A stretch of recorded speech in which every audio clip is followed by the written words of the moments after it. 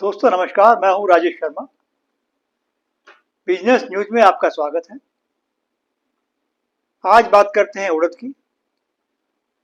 देश में इस वर्ष उड़द की बुआई गत वर्ष की तुलना में लगभग 7% बढ़कर 23.66 लाख हेक्टेयर पर हो चुकी है। सोलापुर, लातूर और अन्य मंडियों में नई उड़द की आवक आरंभ हो चुकी है, लेकिन भाव सरकार द्वारा निर्धारित न्यूनतम समर्थन मूल्यों से नीचे बने हुए हैं। जानकारों का कहना है कि उड़द के भाव आगामी दिनों में मजबूत रह सकते हैं। हालांकि पिछले एक महीने के दौरान उड़द के भाव में कुछ तेजी आई है। चेन्नई बाजार में आयातित उड़द म्यांमार एसक्यू के भाव 7,900 रुपये सुने गए, जबकि एफएक्यू वैरायटी का भाव 7,150 रुपये के आसपास और ब्राजील के उड़द का भाव 8,075 रुपये सुना गया।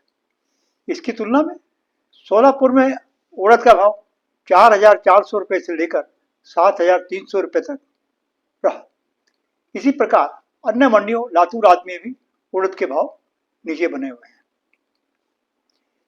कहना है कि इस वर्ष अधिक वर्षा के कारण महाराष्ट्र, मध्य प्रदेश और उत्तर प्रदेश के कुछ क्षेत्रों में, विशेषकर बुंदेलखंड में उड़द की फसल को नुकसान हुआ है। व्यापारियों का कहना है कि इस टाइम जो उड़द आ रही है उसकी क्वालिटी भी कुछ हल्की है। अधिक बारिश के कारण उपज प्रभावित होने के साथ साथ क्वालिटी भी प्रभावित हुई है। देश में उड़द का आयात 2024-25 के दौरान 8,20,000 टन रहा, जबकि इससे पूर्व वर्ष में 6.24 लाख टन था। इस वर्ष अप्रैल से जून के दौरान देश में 1.93 लाख टन उड़द का आयात किया गया। सरकार ने उड़द के न्यूनतम समर्थन मूल्य 2025-26 सीजन के लिए 7,800 रुपये निर्धारित किए हैं, जबकि इससे पूर्व में यह भाव 7,400 रुपये प्रति क्विंटल थे।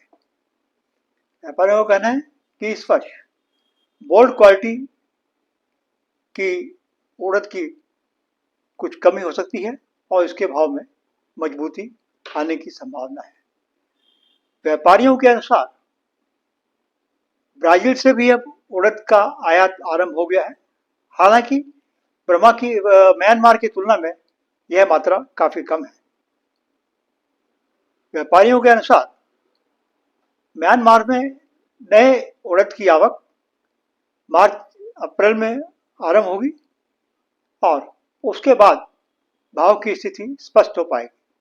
धन्यवाद। Please like and subscribe.